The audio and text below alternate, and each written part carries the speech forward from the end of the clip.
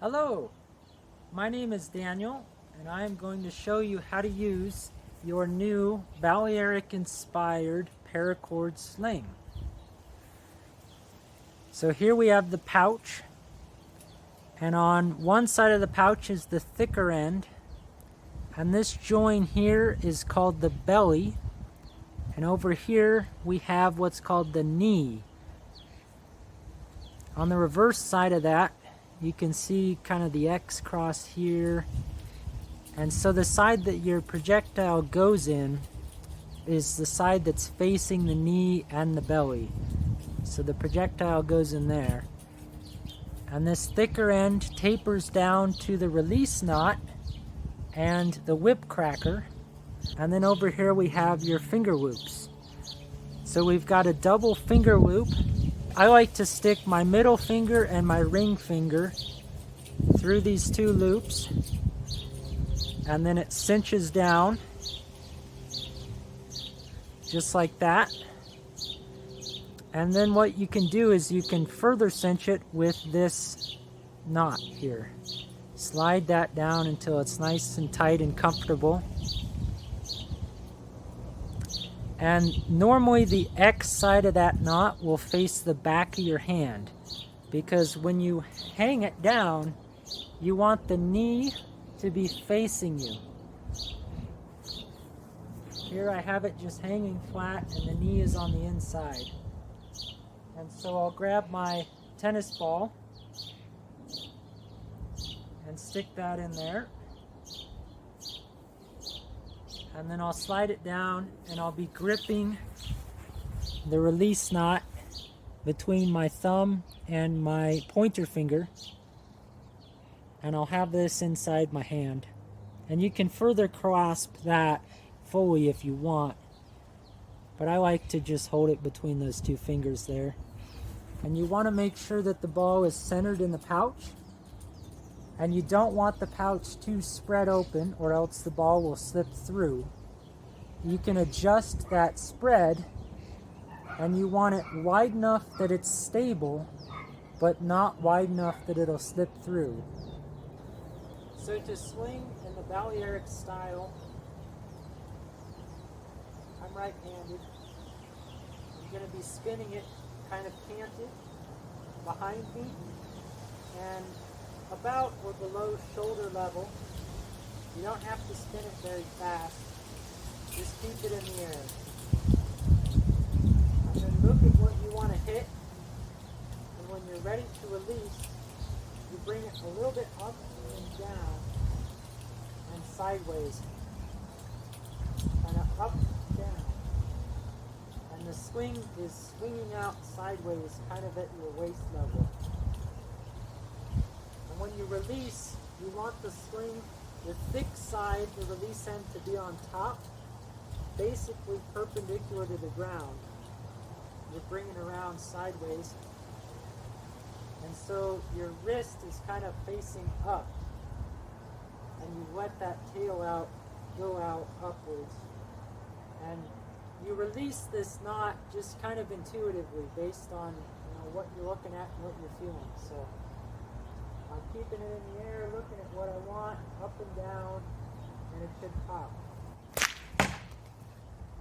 Just like that. We'll do a couple more here.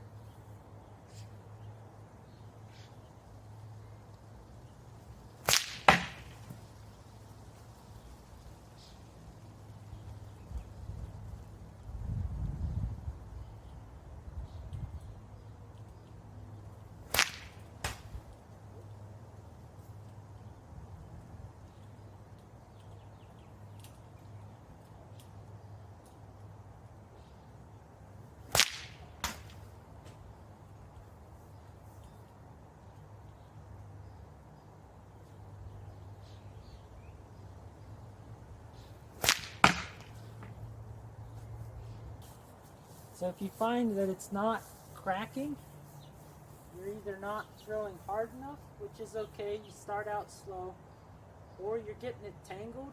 If you're throwing with your palm facing the ground, it's likely to get kind of tangled up.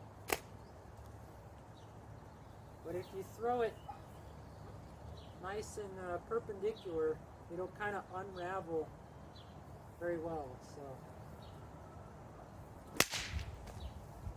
just like that. I want to talk about safety and throwing different types of projectiles. So I would recommend that anyone who's getting started use tennis balls. They're light enough weight that you're not going to really hurt anybody or anything if you throw in a random direction. So this sling is sized specifically for tennis balls. Put it in there. And when you load in a projectile, you want it spread open about 2/3 the diameter of the projectile. Enough that it'll seat in there and be stable, but if you do too much, it could slip through. So it's all in how much you adjust this opening when you seat your projectile. And you want to give it a firm seat before you start spinning. So this throws tennis balls very well. That's what it's designed for. But you can also throw baseballs if you're a little more experienced and confident. There's a baseball in there. And when in doubt, just play with it a little bit and see if it falls out. Change directions on it. See what you can do. So that's a baseball. And then this sling is very durable. You can throw real rocks with this too. So here's a nice river stone. When you're loading rocks, you want to load the longest side of the rock horizontally like that. So I don't want to load it like this. That would be bad. I want to load it crosswise. And I like to also keep, if there's any flat edges of the rock, I keep them down in the pouch. So that's a well-loaded rock. Spin that around. That'll work great. Now, one thing you can also throw commonly is a golf ball. However, these slings are not well sized for golf balls. These are very small. So I was trying to squeeze it totally together here and it'll still slip through. It's a slippery surface, not a lot of friction. So if you want to throw golf balls out of this, you might have to get a couple rubber bands and just bind this together and keep so it can't slip through there. You could just slip a few rubber bands around here or lash it with some twine or such. So it is, you can modify it, make it your own.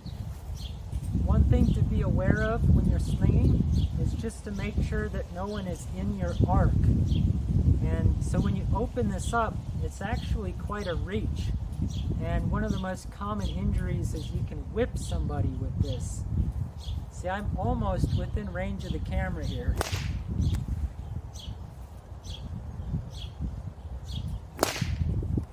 That's almost hitting the camera, so make sure that anybody kind of towards your right side, if you're right-handed, is at least 6 feet away.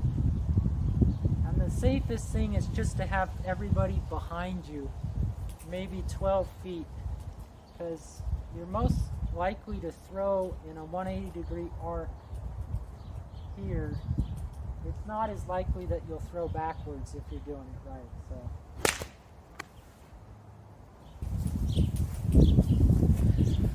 One final note is in the finger area there tends to be a lot of movement and chafe.